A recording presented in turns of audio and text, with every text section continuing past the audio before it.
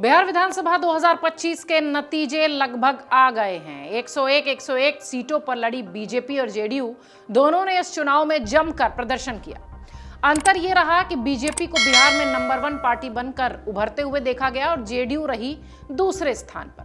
आंकड़ों को देखें तो बीजेपी को 80 से ज्यादा सीटें मिलती दिखाई दे रही हैं और करीब 80 सीटों से ज्यादा पर जेडीयू ने अपना दाव जो खेला था वो बहुत मजबूती से उस पर अब पकड़ के साथ नजर आ रही है। परिणाम चाहे जो भी हो, लेकिन सीएम तो नीतीश कुमार ही होंगे। 10वीं बार सीएम नीतीश कुमार बिहार में शपथ लेते दिखाई पड़ेंगे। जीत का सेहरा किसके सिर सजने लगता है, ये तब चर्चा ज्यादा होती है जब वोट पक्ष में दिखाई देने लगे, क्योंकि हार की चर्चा तो कम लोग करते हैं। यही कारण है कि रैलियों में सबसे ज्यादा अपने भाषणों में लगातार पुरानी बातें नीतीश कुमार करते रहे हैं और अपने पलटी मार वाली बातों को छोड़कर तमाम वो बातें गिनाते रहे हैं कि बिहार पहले कैसा था और बिहार अब कैसा है। बिहार की इस जीत में किस नेता का जादू चला? क्या नीतीश कुमार ही जीत की कुंजी साबित हुए? विश्लेषकों का कहना है कि इस कैश स्कीम वाली जो बात महिलाओं के लिए की गई थी, उसी से ये पूरा चुनाव जोड़कर देखा जा सकता है।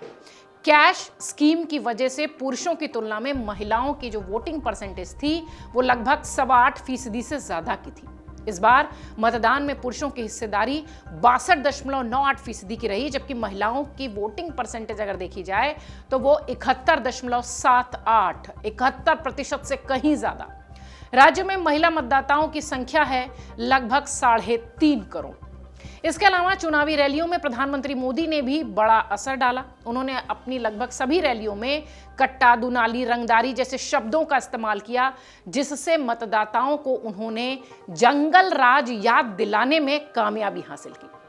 पीएम मोदी के भाषणों और चुनावी दाव से लोगों को लगने लगा कि अगर राज्य में आरजेडी सरकार की वापसी हुई तो बिहार में फिर से कथित जंगल राज आ सकता है।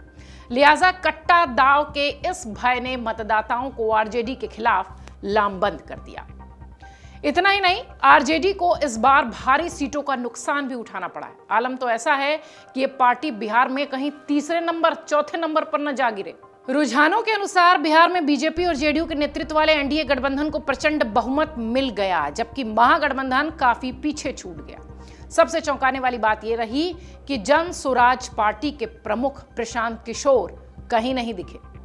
बिहार विधानसभा चुनावों से पहले पीके ने पूरे बिहार की यात्रा की। 3 साल से वो मेहनत कर रहे थे, जगह जगह जाकर राजनीतिक रैलियां उन्होंने की। इसी दौरान उन्होंने न सिर्फ मुख्यमंत्री नीतीश कुमार और उनके एनडीए गठबंधन के खिलाफ आवाज उठाई थी, बल्कि तेजस्वी और महागठबंधन पर भी खूब जमकर बरसे थे। उनकी जनसभाओं में जुटने वाली भीड़ को देखकर यह लग रहा था कि इस बार वो बिहार में एनडीए और महागठबंधन के बाद तीसरा विकल्प बनकर उभर सकते हैं। लेकिन मतगणना के शुरुआती रुझानों में ही जनसुराज धड़ाम नजर आई। इस तरह कहा जा सकता है कि पीके का जादू बिहार में नहीं चलता दिखाई पड़ा। आपको यह भी बता दें कि प्रशांत किशोर 2014 में बीजेपी के लिए कैंपेन कर चुके हैं। उन्होंने अब की बार मोदी सरकार जैसा नारा दिया था। उसके बाद वो पश्चिम बंगाल के तृणमूल कांग्रेस में काम कर चुके हैं, उस पार्टी के लिए काम कर चुके हैं और आप सुनकर हैरान रह जाएंगे कि बिहार में महागठबंधन के लिए भी वो सफलतापूर्वक कैंपेन कर चुके हैं। कहा यह गया कि प्रशांत किशोर चूंकि सभी पार्टियों के साथ रह चुके हैं तो उनकी पार्टी का जादू जरूर चलेगा, लेकिन ऐसा कुछ हुआ नहीं।